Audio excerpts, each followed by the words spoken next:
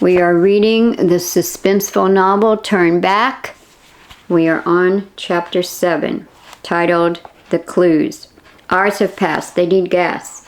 Victor searches for a station while Kitty hopes Henry needs to use the bathroom or get a drink. Anything for him to be away from the car so she can talk to Victor. Henry jumps out and strolls into the convenience store. He turns around and hollers at them. "Hey, old friends, old buddies. Don't absent-mindedly forget me, okay?" "Wouldn't do that to you, Henry. Not a chance," Victor says as he places the nozzle into the gas tank. Kitty leans against the auto. She is tired of this whole thing. "Hey, old friend, old buddy. What you say we dump this guy right here?" Vic looks disapprovingly at his girlfriend. Not sure she'll be his girlfriend for long. Not even sure she is still his girlfriend. "I can't do that. Look at that little fella. He's one of those displaced persons in this world. A street person or a bum. What are they called? A loser? Not nice, Kitty, not nice. I say we've done our part and rescued him from the lone strip of road. You're the good Samaritan. Conscience should be clean by now." "What, do you want a medal too, Vic?" "Well, I am surprised. This is a new side of you that I've never seen before. They always say it's stress that brings out the best or worst in a person. You sure aren't handling this very well, you know that? OMG. I'm about to just... Kitty storms off into the store. Ugh.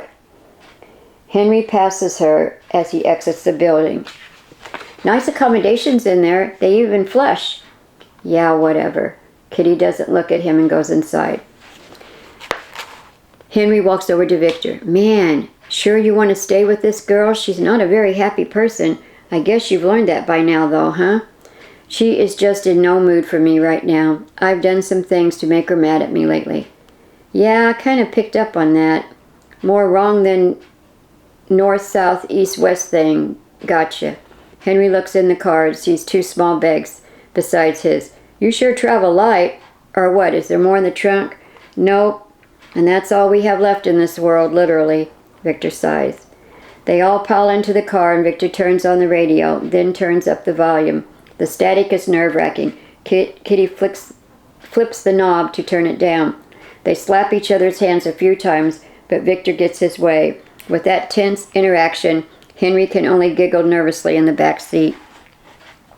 A news broadcaster comes on sharing the morning news, and a bulletin interrupts with a special breaking news feed. It's about a case currently in the courts in New York City, a certain custody battle over a young girl and her parents, a high-profile couple. It wouldn't be at all considered newsworthy, but the fact that the girl's father is a prominent member of society and a very wealthy businessman in New York City causes the information to go far and wide. The radio announcer, "And now we break the case of poor little rich girl, Rebecca Guilford, her mother and father in court today in a fierce battle over custody rights. Their daughter's future is in the hands of one lone judge, and Judge Roberts has never been known to shoot from the hip, as it were. Could go either way on this one. These independently wealthy parents, each now remarried, plan to fight for full custody rights. There doesn't seem to be any room for compromise. In an unprecedented ruling, Judge Roberts has ruled today that her parents are not permitted to see their child until they come to some sort of collaborated effort for their daughter's future. She's presently residing in a convent, and only her grandmother is allowed visitation rights. No one knows for sure, but it seems the judge is more concerned for the little girl's protection rather than giving a final ruling on this case, so these families can get on with their lives. And it just may be that..." Kitty again reaches over for the knob to turn the channel because it's staticky again. Victor slaps her hands away and finds the station once more. Henry flinches. "Ouch!" Kitty rubs her hand. Radio announcer. "Speculation is Donovan Guilford is connected to the underworld of gambling, but things became complicated when the mother abandoned her husband and child, going off with another man. We'll have more to report at another..." Again they fight over the radio tuner knob. Henry wonders what he's gotten himself into. Yikes, you two. Might need Judge Roberts in this automobile for another court ruling before long. I need calming music. This is all too stressful for me. Can you understand that,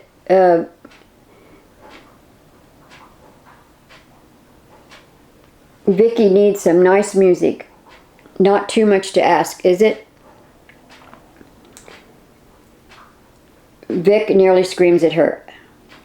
I only want to hear what the guy has said, and I missed the last part. See, thanks a lot. Well, okay then. And thanks a lot for all you've done to me in the past couple of days. Kitty folds her arms across her chest, angry as can be. Stu, man, just have to say that that's no way to win back Vicky's favor. Have never met any gal who likes to be treated rough. Believe me, I know what I'm talking about. In my younger days, yeah, I tested those waters. Nope, not at all. Can't believe everything you read, that's for sure.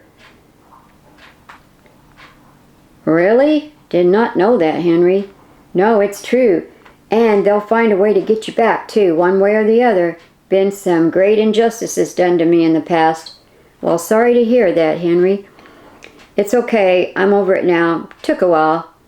I cannot believe you two are talking this way in front of me. What about the girl in those situations? Anybody feel sorry for the girls? Both ignored Kitty. How old are you? Vic wants to know. 20? 21 in 4 months. Kitty glares at Henry. Then her mouth drops open. She's shocked at his admission. Kitty reaches over and turns the channel. Why did you want to listen to the news about that little kid anyway? We both know you have no heart. See what I mean, Stu? They'll get you back one way or the other. Words are... Henry cowers in the back seat and draws up his legs. Maybe he knows those people, Vicky. You know them, Stu? That family? No. Just been hearing a lot about that little girl and wondering how it's going to turn out for her. It's like a soap opera, you know. Kitty's extremely surprised at emotion stirred in her ex-boyfriend. I cannot believe you actually care about what happens to that little girl. What does it matter to you? She's going to win either way. Victor throws a mean glance her way. Henry can only shake his head in disbelief. Kitty defends herself. You're crazy. You know that? A sense of compassion for a stranger after all you've done to me, whom you should know and love? I thought I had feelings for you. You're one official crazy man driving us down this highway. Yeah, that is crazy. Gotta agree with the little lady here, Stu. But Vicky, seriously? Not compromising on which direction to take on your fun little road trip? Isn't all that bad. Seen much worse happen with couples. Oh yeah, much worse. He directs his next statement to Victor. A little high-strung, is she? Both turn around to glare at Henry in the back seat. Then they look at each other. Both start laughing at the fact he doesn't know at all what he's talking about when it comes to their situation. Kitty moans again and rubs her cheek and reaches for pain pills. See? Isn't laughter the best? Oh, more than laughter, huh? Got some pills? Seriously, don't know what I said that's so humorous after all. Shut up, Henry. You have no idea. Victor leans over nearer to Kitty. And neither do you, for that matter. It's a lose-lose deal for that little girl. No one's going to win in a situation like that. Kitty gives it right back to him. Suddenly, the crazy man is a deep thinker. So, Mr. Deep Thinker, what makes you say that? You don't even know them. Said so yourself. 'Cause I know human nature. Dad hates mom, wants to hurt her, get back at her, and vice versa. Little girl wants both parents to stop fighting and just wants to love them without any strings attached. She's torn and pulled both ways, twisted up in her mind. Who's right? Who's wrong? Parents fill her head with all that negative stuff, and no one wins. Money doesn't buy happiness. Kitty tries to finish the phrase. I was going to say that family. Henry says I was going to say that. Victor says, no, family. Money doesn't buy family. And Henry agrees. Kitty and Henry share glances. Both like each other's answers, actually. Victor takes his hand and swirls it over Kitty's head and then reaches back and stops over Henry's. Ding, ding, ding. We have winners. We have winners. Just a lucky guess. Kitty takes off her glasses. Henry flinches at the swollen green and purple blotch on the side of her face and eye. Ooh, ouch. Crazy man is right. And this is day 2. Victor is keeping track. Chapter 8, The Connection. The penthouse is on the top floor. Michael impatiently stands in the hall. He has rung the doorbell several times. He waits. A maid lets him in. He again waits. Finally, Donovan Guilford comes through the inner hallway of his apartment and passes the entry. He says nothing, only motions for Michael to go out to the balcony. Well? Donovan is short. Yes, sir. Caught up with him. Tried to back out of our little deal. Gave him something to think about. A whole lot more incentive. He's on board now. He'll get it done. Michael's sweating, though it's only 65 degrees out on the balcony and windy. Of course you know it's imperative there's no connection to me. Must I make my point any stronger? Not necessary.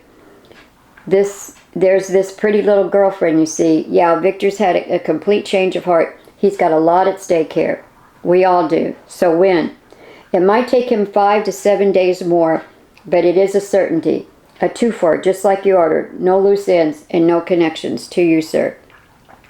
Good. Don't come back here. You won't have to let me know when it's done. We are all over the news these days. That stupid broad's still trying to rat me out. Accidents do happen. Just a fact of life these days, Michael snickers. Little Rebecca won't accept it any other way. Can't mar her memory of me. Understood, sir. I have my attorney Levinson working it from his end, jumping through all the legal hoops. I'll let you know as we progress towards the culmination of this new project. Michael nods to the wife and leaves the penthouse. Donovan walks over to the edge and considers his fate. He sighs and walks back inside. His wife comes up behind him. He doesn't know she's there. She sadly watches Donovan gently touching one of his precious art pieces. He becomes enraged at his plight, and with one sweep of his hand, he sends the statue crashing to the floor. Indignantly, he goes into a rage. How does that feel? No reason you should have the right to live on when I will be gone in a few months. Donovan, no, she calms down. It's just that you love that piece so much, and it cost... It's dead to me now. I love watching you admire your art, though, dear. So selective you've been, and good investments, too. He glares at her but says nothing. He knows what's on her mind. It's just that you've always been so inspired by these. You really shouldn't destroy any of the others, Donovan. That wouldn't help anything. I should think how much little Becca will enjoy them when she's older, yes. Should add an amendment to my will that these can never be sold. Well, there you go. A perfect suggestion. Yes, in the near future you should do just that. Her mother must not get her or any rights to my fortune, least of all these. He points to all of his precious trophies and art on the walls. His rage wells up again. We will win this case in court. You have people speaking with the judge, right? Come on, at least you can be real with me. Court or no court, she's not getting a thing. Not even her next breath if I have anything to say about it. Donovan nearly growls when he makes that declaration. I know, dear, I know. You need to do what you need to do for the sake of the child. Her name is Rebecca. For you to have custody of her, you should at least be okay with saying her name. Again, his voice gets a throaty, revengeful sound. You selfish wretch. Don't talk to me like that. Chelsea nearly starts to cry. He only hears the whining in her voice. I've robbed you of all this too. It's too important to me. You'll get along okay. Suitors will be at your doorstep thinking I've loaded you up with goodies. You can bide your time, wait it out, and tell them that you've been left with only a nanny's salary until you get your hooks into another fella. Probably will get asked out at my funeral even. Again, don't even talk like that, Donovan. I can't stand it when you do this. You know that I didn't marry you for your money. I truly love you, Donovan. Her voice is flat as she says those words that she has rehearsed all those lines far too many times. Just see to my daughter, or those watching over her financial affairs will send you packing, my dear, and this grand illusion will vanish before your eyes in a flash. He gives her a slight hug, but then squeezes firmly on her forearms. She rudely laughs and starts toward the door of the master suite. But right as they get to his room, he pushes her aside and closes the door behind himself. She hears the latch lock in place. Chelsea leans against the wall, so blasted tired of playing his little games.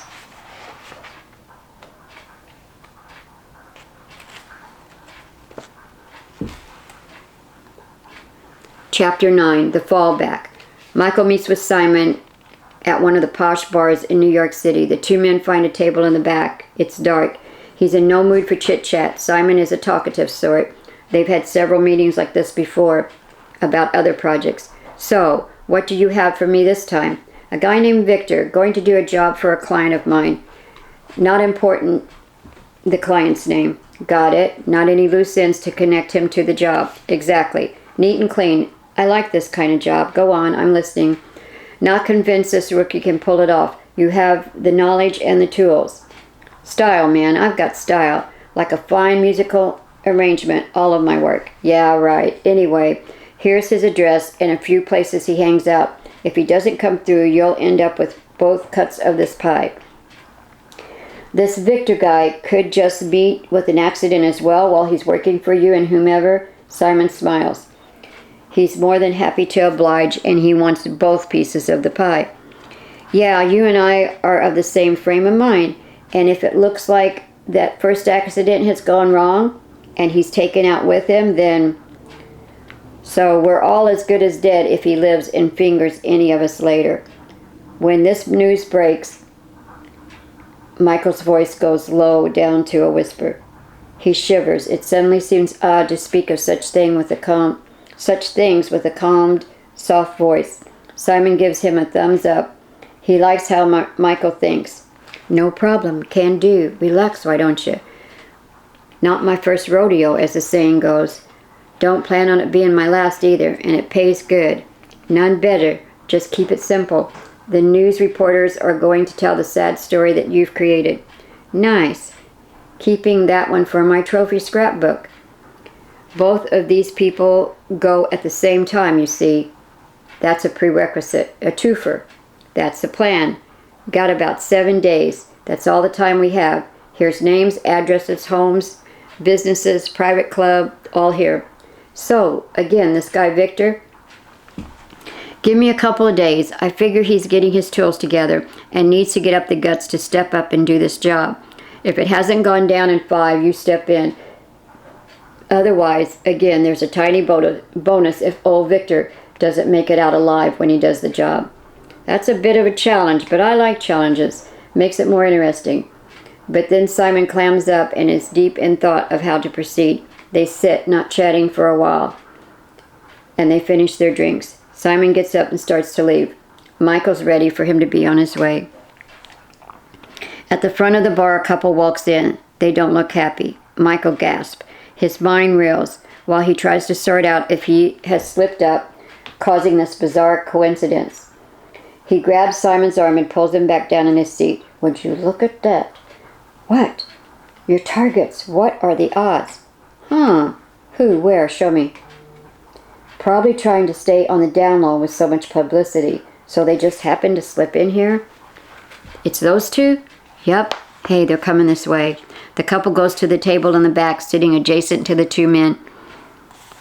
Michael is still dumbfounded and at first thinks he's been tailed, but can't make the connection. Rebecca's mother, Sylvia, and her second husband, Harley Reynolds, are in the middle of a serious conversation. It was apparent from the moment they stepped in the door of the establishment that something was on their mind. Better than any picture. Why don't I bypass this Victor guy altogether? Michael gives Simon a stern look. Keep it down. Just saying, made to order here. Shut up, why don't you? And order another couple of drinks. The couple is arguing about something. They strongly disagree on something that seemed rather important. Though they try to keep their voices low, tension causes them to be adamant about their points needing to be made. It can't be too much longer now. She needs to be with you. She doesn't know she mustn't be left with her father, Harley Reynolds insists. That's my only consolation. The judge has kept her away from being in his constant custody. I hate him, I tell you. Harley holds on to her tightly. Sylvia sobs into his shoulder. He offers his wife a handkerchief. Michael sits staring blankly into his drink. Simon does pretty much the same. Neither of them speak. They are glued to the conversation that's taking place right beside them. It's not fair, it's just not fair. I have tried to have a new life and try to give Rebecca a normal upbringing. He's used her as a pawn to get back at me. Does that show that he loves his daughter? No, he only hates me, and he's using her. Donovan knows you'll eventually get everything, since Rebecca's a minor. You're her mother, and he's dying. It's about the money and his wealth. He merely intends to win and for you to lose. If you lose Rebecca to him, then he can relish in that victory too. For a short while anyway. No, I don't think it's about his little girl. He doesn't care one bit about her, or he'd not be doing all of this. If I am totally honest with myself, I'll have to admit that Donovan does love her. Just with all the medications he's on for his illness, he's just not right in his mind sometimes these days. And that's another reason why he shouldn't have her. How can you even take up for him after all the grief he's caused you and our Rebecca? She's getting his fortune. Even so, she should live with you after he's gone. But who knows how long that illness will take. I don't trust him. That's so awful to say it like that. I don't care about that man. Look at what he's doing to you and Rebecca. Harley, he's dying. See, what's the point? To satisfy his loathing for you? That you've moved on? It's more than that. Donovan thinks I've ratted him out about some unseemly business matters. I haven't shared that with you before. I needed time to deal with all this other. What business matters? I just can't say, and I don't ever intend to. I mean, because like you said, what does it matter if Donovan isn't going to be around anyway? I should have let it go when I discovered how ill he really is. Just that my conscience got to me, you know? He's a cruel and evil man. I don't want to keep Rebecca from seeing him, not if he's going to. It's such a paradox. Sylvia begins to cry. I know, dear, you want Rebecca to remember her father in positive ways. Remember that you're all for her going to see him before he dies. Just remember that. Your heart is right.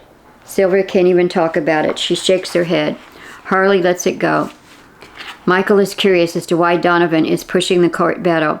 Is it merely pure hate and revenge on his part? Simon is oblivious to any conflict within his own conscience, ethical, moral, or emotional. Michael looks over at the man. He sees nothing but cold, hard, calculated evil in his eyes.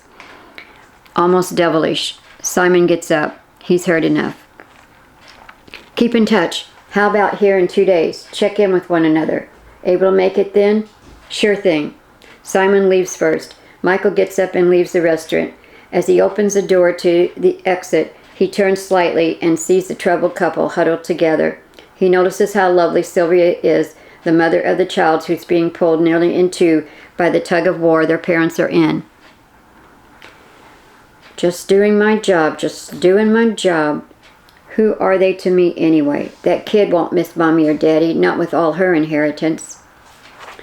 This is the end of chapter 9, and we'll continue with chapter 10 in the next audio reading of Turn Back, the mystery novel.